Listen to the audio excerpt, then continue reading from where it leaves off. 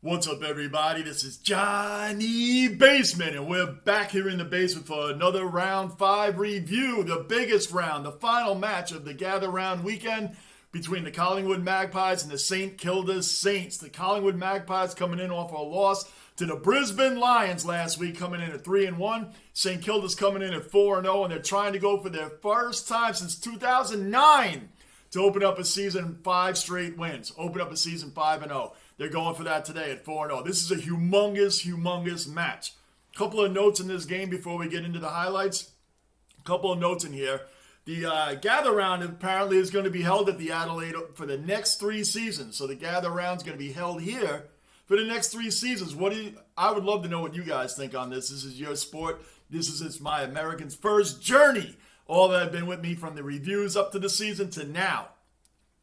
I want to know what you guys think of the Gather Round. What you thought it was being held at Adelaide. Should it be held somewhere else? Give me your guys' thoughts and opinions on how you feel in your outstanding game of footy and your diehard fans. Let me know. Was this a good idea to have it here or not? Let me know on that. Before we go any further, subscribe, bell notice, hit that like button, drop some comments down below. You'll also find the link to this video down below. I started doing a quarter-by-quarter review with the highlights to try to knock down the talking and the length of these videos. But I'm so into it and I'm learning so much, it gets overwhelming at times because there's so much to learn, including the pronunciation. So continue to help me along this journey, and I appreciate every single one of you guys. Now, not only is Cameron and Cox out for the Magpies, that's 2 tall ruckmen that are missing already. McStay got hurt in this game too.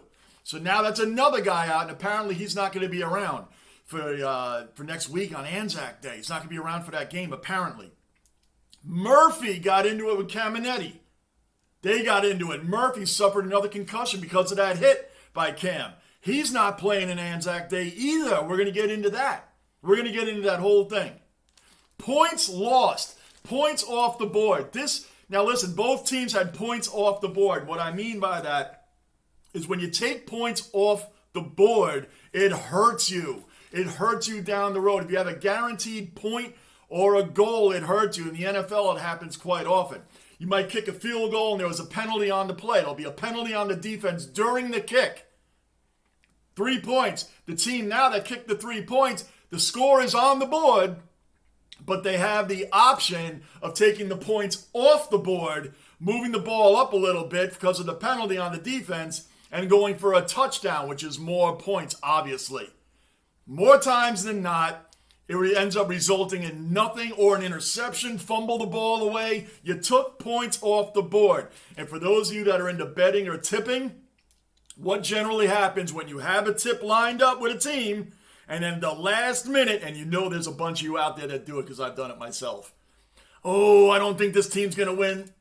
Let me switch it at the last second. And then what happens? The team you originally had wins. It always happens, right? So when you take points off the board, we're going to get into that because there was a couple of crucial moments in this game, especially for St. Kilda.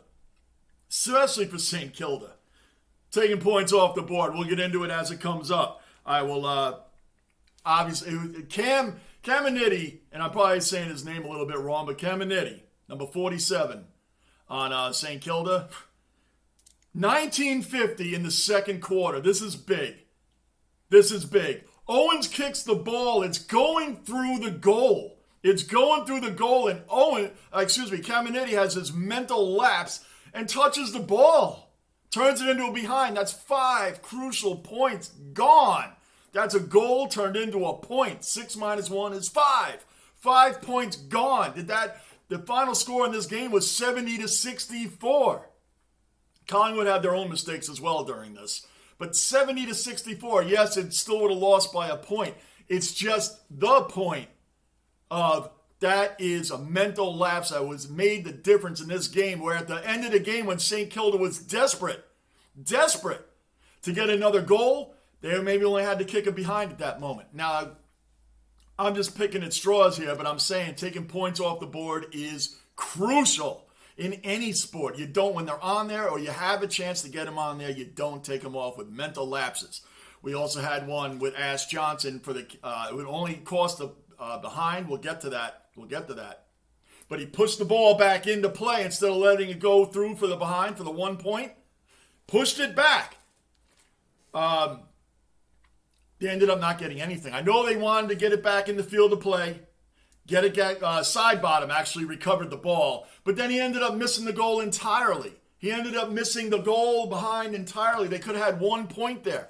Now, the flip side of that is it could have been 71-64 at the end of the game. So even if St. Kilda did get the ball, regardless of what they would have done, a goal wouldn't have mattered because they would have been up by 7 points. See what I mean? You don't take points off the board. Ash Johnson could have let that ball go through. That happened in the first quarter. We'll get to it. Could have let that ball go through for the point. See? You think I understand. I understand why he didn't do it. I understand you're going for more points, so you want to kick that ball back. So he kicked it back, and it ended up turning into nothing. See, down the road at the end of the game, 70-64 could have been 71-64. Let's get in these highlights and break this down as we go along. So much to go on. Let's go. Outside the arc, doesn't want to waste it. Floats into the pocket, still alive for the Saints. Back to his old home ground, to a bizarre start. And also, by the way, Jack Ginnivan is back in this game. He has come back from, I believe he had a drug suspension. I don't know what the drugs were for. I don't know what he actually did, but he has returned. So this is his first game back, as I understand, from being suspended for illicit drugs. That happens in tons of sports. I don't know the backstory behind it, so you guys could fill me in on Ginnivan a little bit, please, and I would appreciate that. So anyway, he's returned to the game. And Bobby Hill, I meant to mention also. McStay, I mentioned coming out. Bobby Hill, man, what a replacement. He comes in and kicks three big goals for the Pies, man. Wow. 3 big goals for the Pies. For those of you who don't know, the Pies are my second team. That's my number one. I'm told all the time, no one's ever heard of Collingwood being someone's second team. Well, you heard it now. You heard it right here with this American, right here. That's my number one. They crushed it this weekend, by the way. But these matches were a lot bigger than the Lions. I picked the biggest matches that I can. Absolutely annihilated the Kangaroos. We'll get into that another day. Anyway, let's get back into this. Just wanted to make those final points. Frampton in the ruck. I think it's the handball. Now the goal there, Noble fumbled away the ball. Now that's what I didn't understand there. I don't think they showed it. I apologize for these highlights, guys, because it's hard to find with the copyright issues that go on with these. It's hard to find good highlights. Now these are decent enough, and again, the link to this channel you can find in the comments. I appreciate the person that does these. I really do appreciate them because it's so hard to get decent highlights from this. The AFL wants to expand into other countries and around the world, and they should. Footy's an amazing sport. Why are the copyrights to make it so hard to find decent highlights? Anyway, again, thank you to this channel that does this for me. Thank you. Well, not for me. They do it in general, so thank you to them. But it is so hard. If you want it to spread around more, why don't you release some fair use on the copyright so we can do much more in-depth highlights? Anyway, I'll get off my pedestal on that one. Let's continue on here. Now, Pocket still alive for the Saints. Why was there a free kick there? It happened in 1904. Noble fumbles the ball away, right? Then comes a free kick. There's a big scuffle there. And Crouch ends up with the goal right here. Why did that happen? I couldn't pick up on why that happened. Now Mitchell answers right back, so it's 6-6. So we're thinking, man, this is going to be a high-scoring game. But no, not in the first quarter. The first quarter was a little bit action in the beginning, and then we'll see. Shit up behind the ball here, the Pies. Quick movement at all. Ball comes down, feeds it back inside. Adams found some space. Now that was a big kick right there, a big push, so he gets a free kick on this, but he ends up with it behind. Land in the pocket. Tough one for Owens. Now watch Dacos. Now that was missed there. Watch this. They don't show it. All right, now I'm going to explain it to you. At 16:40, it's coming up here. Now, you guys that watch the game. At 16 minutes and 40 seconds, Josh Dacos kicks the ball out. Crouch catches it at the 50-meter.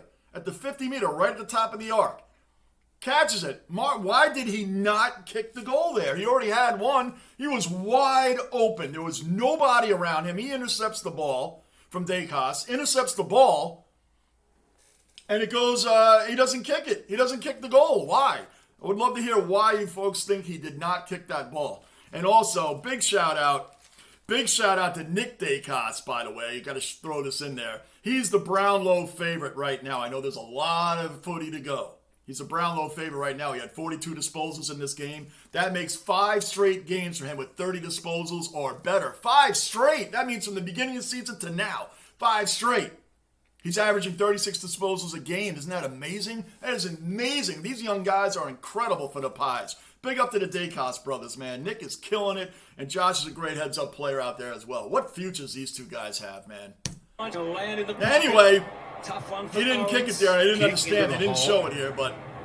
Big fly by Marshall trying to arrow his way through it. Elliott, more 6 seconds, a good one. Although Chris went one-handed, try and mop up his mess. Wood was there, flung out of Who it. tend to play the boundary more than any other. The pressure is immense from Back from Philippo, squeezes the kick wide. More, Cordy, clean bowled the two of them and it's through. Didn't have time to get set, so just a kick with hope. Now, Murphy, you know he'll go back to that was a big hit. He goes for goal. Now, Ginnivan there, to me, at the 11:30 mark, it was 14-7, right? Now, he gets the behind after the assist from side bottom, but did he kick it too early? When you really watch Ginnivan here, and you watch the game, look at all this space Ginnivan has in here. Why is he kicking it there? The closest dude is this guy right here. So why, with all this open space, does Ginnivan not come up further? Even if he closed in on him here, and even my man here, he's still a little distance out. He could at least make it maybe 30 meters away and kick a more accurate goal. Is it because he's just missed time and he's a little rusty? Let me know. Early, he goes for goal. Missed it. 7. And his first tees it up to the square. Wilkie got there. The danger is still apparent. Body had to have a long look on the horizon again. There was now that's where I was talking about with Ash Johnson. See that? Now side bottom misses it. That now they didn't show him. They didn't show Johnson kick the ball back in, but what he did, he didn't kick it. But Wilkie got there. The danger is still apparent. Body. Right at this moment, that's right here. Ash Johnson is right here. Now he's right there. Now when the ball was over here, he ran. And literally, it's going through the behinds. Like these are the behinds. He grabs the footy and he grabs the ball and pushes it right back into play. I get it. They'd rather get a goal than a behind. But see how that mattered at the end of the game? 6-point lead could have been a 7-point lead and iced it without having to worry about it at the end of the game. Let's keep it moving. So side bottom here is going to miss everything. No points. To me, technically, you took a point off the board. That was an easy point. I get it, but you see what I mean. He had to have a long look on the horizon again. There wasn't much there. Side. Game number 294. Steals side. Now, the Saints are out. Although Cordy, who got it from Marshall, had his kick smothered. Pressure, which we know is a strength. 4th in the competition so far this year. They're right on. His role as the ruckman. Hoskin Elliott off the left boot. His skills are excellent. Jamie Elliott, we know he's a sharpshooter normally. Forward right on the line, but not over. Correct. And the difference still now. Yeah. Butler's given an enormous amount of room, and that's a spec doing it. Held the last Now on this play here, Butler gets the goal, right? But Pies conceded a 50-meter penalty right here at about the 5-minute mark. Why? What happened? I don't understand. Some of these penalties I don't understand, obviously because I'm new. But I try to listen. I try to focus in on what exactly happened to where he's getting this goal, this free kick. I didn't understand the 50-meter penalty there, but the Pies conceded one. They conceded a few of them in these games. Collingwood kick out. He launches that goalward for these. Opportunity. It is with Higgins. This time he had good sight on what was. And he tries to soften the kick. It wasn't far off. Is Josh Dacos. He got him behind on that, by the way. He got him behind. And he split in his struts. It was the thing on Butler. Higgins got the goal, but I called it a goal. It was behind. So why did that happen? Because we're in the basement. That's why that happened. You don't get any lower in the basement. Come on. I make mistakes. I never edit them out. I'm real. I keep everything on here. I make mistakes, so be it. You guys correct me, perfect. You guys critique, perfect. I need that. I thank you guys for that. Can start to put together a pretty good... So Kilda, be happy for us. So now we're up 14-14. That's the way the quarter's going to end. 14-14. Suggested he was in trouble. Malera back through Sinclair, and Clark gets the kick to the 50. Josh Dacos collects it. Feeds it wide, hoping for Higgins. Got there, but the big fifth. Now it already happened. 1950 at the 1950 mark, basically the start of the second quarter. Owens kicks, and that's when Cmon should have let it go in. Malera back through Sinclair, and Clark gets the kick to the 50. It's amazing they didn't show that. But as you see, it's 15-14 now. The start of the second quarter was 14-14, but that's what happened. Owens kicked the ball. It was so obvious that it was going in, and he just had a mental lapse, hits it, take away 5 points. It should have been 6. It ended up being behind. So he took away 5 crucial points, which would have factored in at the end of the game. Points off the board. See what I mean? I've beaten that point down. You guys get it. Collects it. Feeds it wide, hoping for Higgins. Got there, but the big fist that moves. Crisp off to Markov through the middle. Elliott challenged. Hangs on again. Crouch forward. Marshall posting up but turning quickly. And it got out the back. 5 goals last week. 4 the week before. He's got the... Absolutely not. A couple of bounces from Nick Dacos. And... Just losing their kid. Now, there's a moment at 13:20, guys. Now, if you watch the game, I watch it on the AFL app. If I watch the whole reviews on the AFL app. Sometimes I'm up early and watching them right on point. But overall, I watch the entire review on the AFL app and then come on here. At the 13:20 mark, Ginnivan gets a great ball right inside the 50. A little off to the wing, right inside the 50. He gets it. Why didn't he mark it there? It happened at the 13:20 mark of the second quarter. Why didn't Ginnivan mark the ball there? He grabbed it, rushed it, and missed everything. He didn't get it behind. He got nothing. I don't understand why he didn't mark it there. If you know what I'm talking about, or go back and look at it, let me know. Let me know why he wouldn't mark it there. Just a mental lapse, not focused, or maybe just Rusty coming back and being a little too critical of him. Let me know. That's just from Nick Dacos, and just losing their composure here under the pressure. Noble spears that to Johnson. Dacos got the wrong part of the footy. Bobby Hill read it early, but he's matched it in Zen. Pies can spring forward. Mitchell, Hoskin, Elliott drilled it low. Miacek had a big day too. Miacek had a really good game today. Really good game by him. Miacek. McCreary was another one that was, what a kick. That right there was an amazing. McCreary had a quick kick and goal. That's what I call at least. Quick kick and goal. Look at the side bump pass. Boom, right away. McCreary catches it, kicks it. In hockey, that's what we call a one-timer. When you get an assist, guy lines up his buddy like on the New York Rangers. Temi Panarin is great. We call him the bread man. He is one of the greatest assist guys in the game. For people that watch my live streams, have heard the name Panarin a million times. His partner, Mika Zibanejad, has a cannon of a shot. Cannon. You guys that don't know what I'm talking about, you can watch my reviews of these upcoming playoff games, and you'll see because I'll have the highlights of them. But this is similar to what's called a one-timer in the NHL. A one-timer is similar to this. Quick pass, they come back with the stick, bam, there's no waiting. There's no waiting, lining up. He already has it lined up. He knows where he wants to shoot. Mika, bam! It is a quick goal. Here, this reminds me of a one-timer. Quick pass, quick kick, goal. Look at the heads up. Bam! I mean, that is heads up. Good play by McCreary there. They're going. Quick clearance from Ross. Crisp. Scouts the 50. Caminiti coming, as was Owens, but 5 goals won in 4 games. Saints need it. So... And a lot of innocent marks. The second half of this game is where all the action is, guys, and you know it. That second half was insane, especially the ending. Just inside the arc. It does stay in the field under some pressure. Back to Higgins. Oh, it's insane. Away, but Murphy on the wing. St. Kilda. Oh, man. Just on we'll get into it. I'm waiting for the second half. I want to talk about the third and fourth quarter already, but I'll wait. Johnson's going to be the leaper if he can get there. He does, but guess... So here we go, third quarter. This is where it really starts to get in. The fourth quarter is where it's all at, But we get into a little bit in here. But I got to tell you, there was a lot of miscues. The Pies in this third quarter, I'm going to say it now because I might forget. The Pies forward 50 was insane in this third quarter. Insane, and they could not capitalize. Now, forget about my points off the board, stand on my soapbox for that. Forget about that right now. The Pies could have put this game way out of reach with all the forward 50s the forward 50 pressure that they had in this game, and they missed chance after chance after chance. Chance after chance. They had like 6 behinds that could have been goals. Let's get into it. Run, found it in Hill. The Pies could have blown this game open in this third quarter. Really, I mean, they blew it open, but they wouldn't have that scare at the end, is what I'm saying. Waiting for it.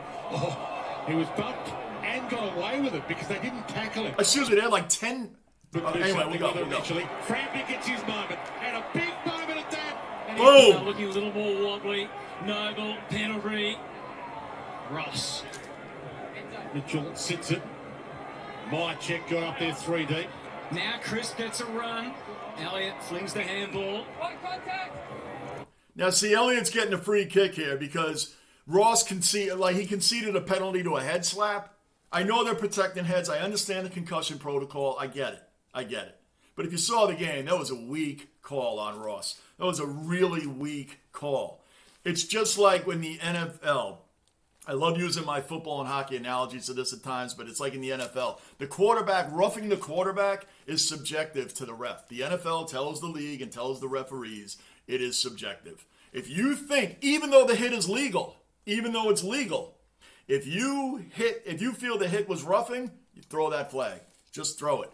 And this hit by Ross was weak. That was a weak, I think that was a weak call on Ross. And I am a Pies fan. I'm going for the Pies in this game. I am going for Collingwood all the way. But I can look at some calls like that's weak because I don't want those weak calls against my team. I don't want them against my team, so why do I got to watch it against somebody else getting that? So I get it, but I just, these refs is so, I get the concussions, I get it. But that was weak. That was just a weak call. If you saw the play, they didn't show it here, but if you saw it, you'll know what I'm talking about. Doesn't think he can take it on. Mychek was on the same line. So Mychek's going to come through here and get this crazy angle goal. That was hot. Crazy angle goal by Mychek. Loads up. He's got a fair bit on it. But it's Snooker's handball. Butler on the turnaround. Caminiti. And his life, in fact. Caminiti. Yes! Oscar Elliott. They get to the order. Side bottom collects. Just blasts it back to a good spot. Bobby's under it. And he struts. Struck it beautifully.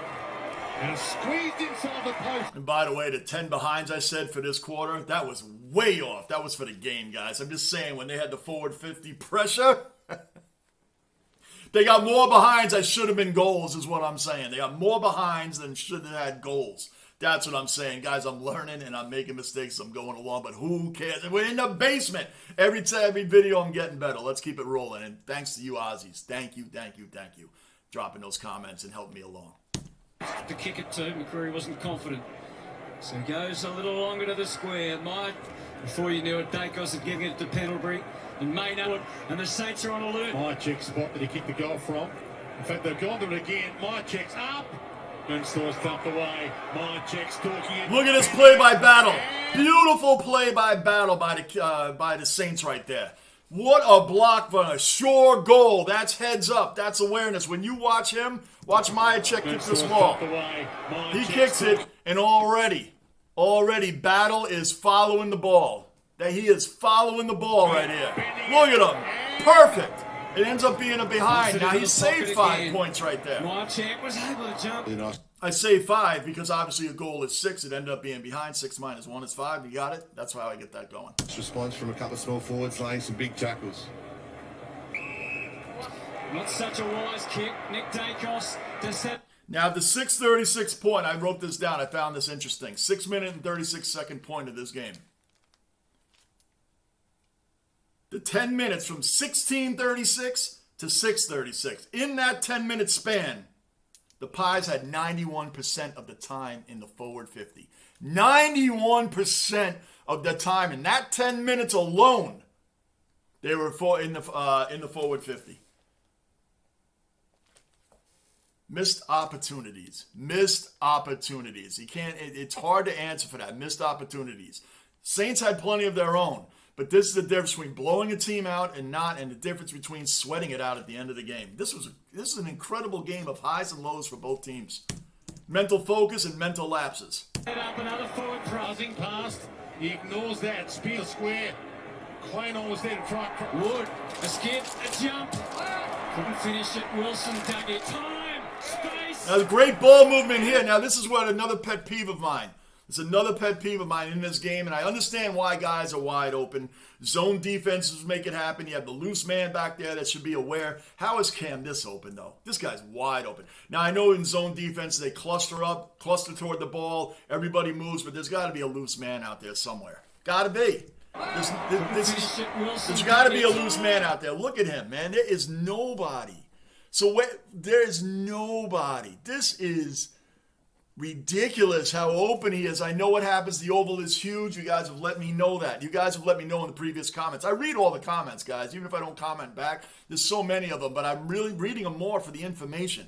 Sometimes just flat out forget to comment back. Guys, I swear to you, I appreciate every one of them.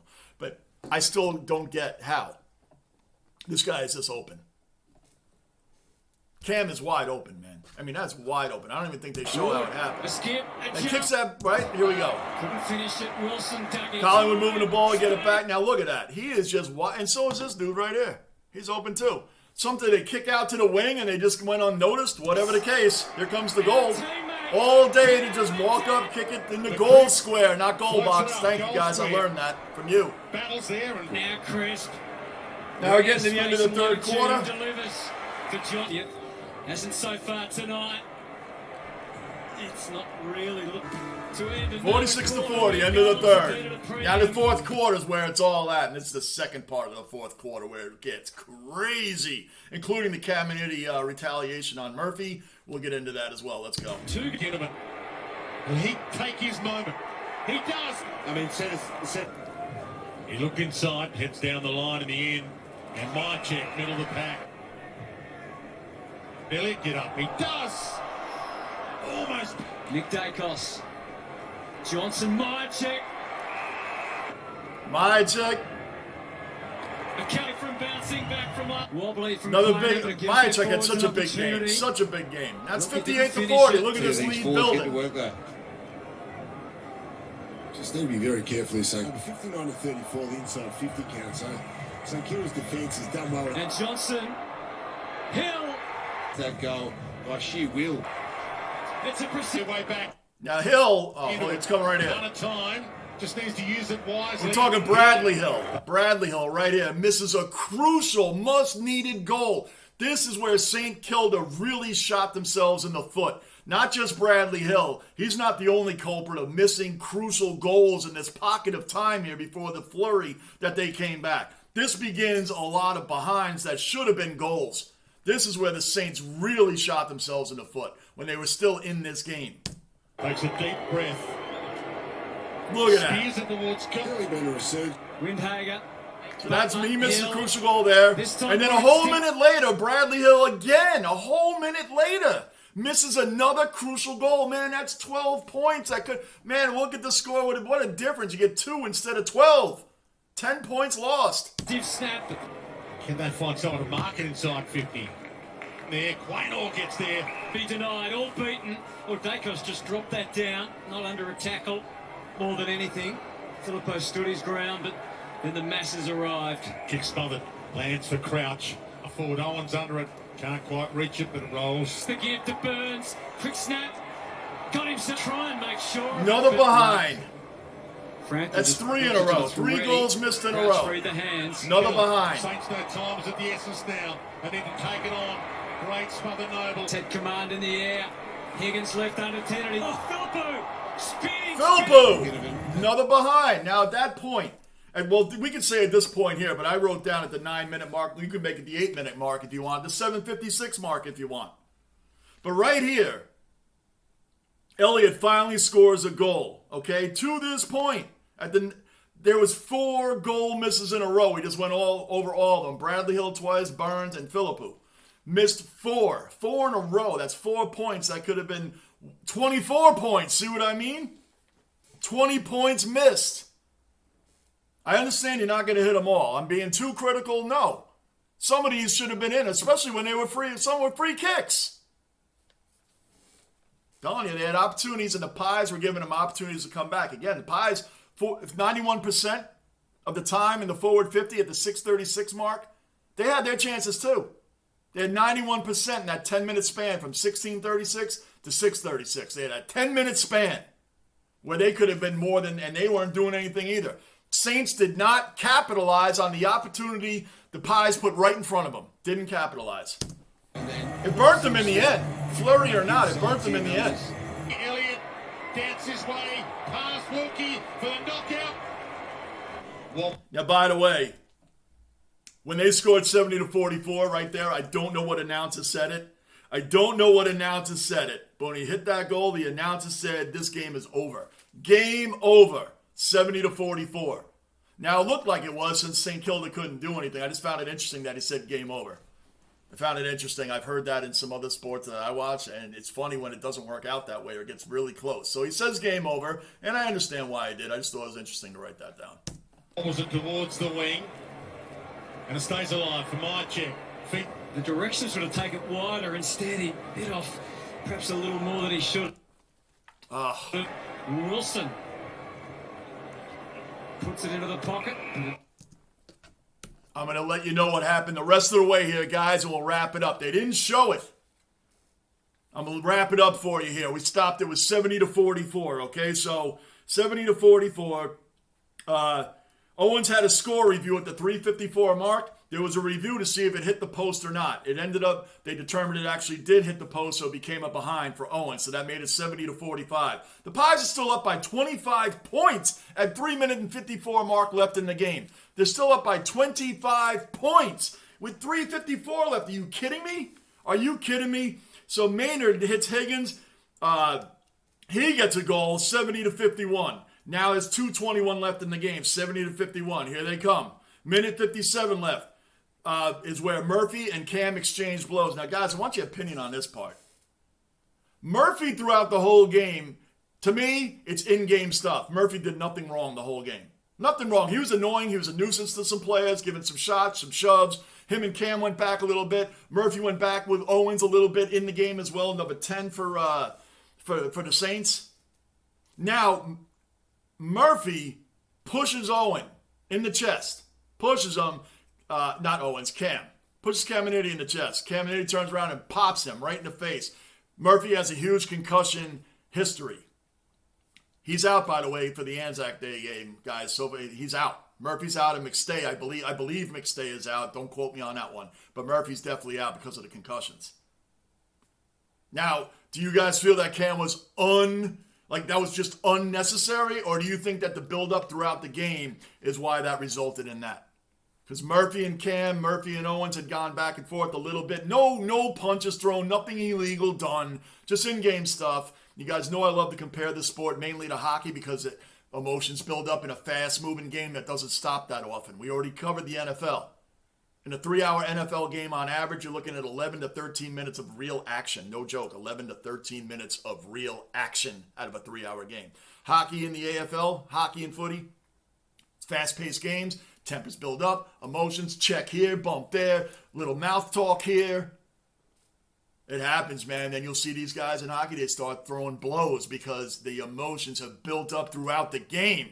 So it seemed like when Murphy gave that little shove shot to Cam, he turned around and punched him. That's wrong. He's completely wrong. Caminiti should be suspended. He should be suspended for 2 weeks minimum to me, maybe more. You guys know the tribunal better than me. You know how harsh they can be. I'm new to this, guys. I'm thinking a 2-week suspension for Caminiti because he did react to a shot that was unnecessary by Murphy himself. The play was away from both of them. The play was off to the side from both of them. I want your opinion on what you guys think happened here and what you guys think is going to really happen to Caminiti. And if something should or should not happen to Murphy. Granted, he's going to be out for his concussion. Maybe that is going to factor in even more. Did Caminiti know that Murphy has a concussion history and hit him in the head anyway? Does that factor in? Let me know on that. But to wrap this thing up, at the end of the game here, Higgins, Burns, and Crouch scored 3 quick goals basically in the last 2 minutes of the game. In the last 2 minutes, at a minute 53, it was a 19-point lead for the Pies, and then it just went from there. It went downhill from there. So we had points lost in the game. We had advantages that Pies could have taken and blown this game out. They didn't. We had times where the Saints had advantages in that third quarter. They didn't take it. Behinds instead of goals. 20 points lost.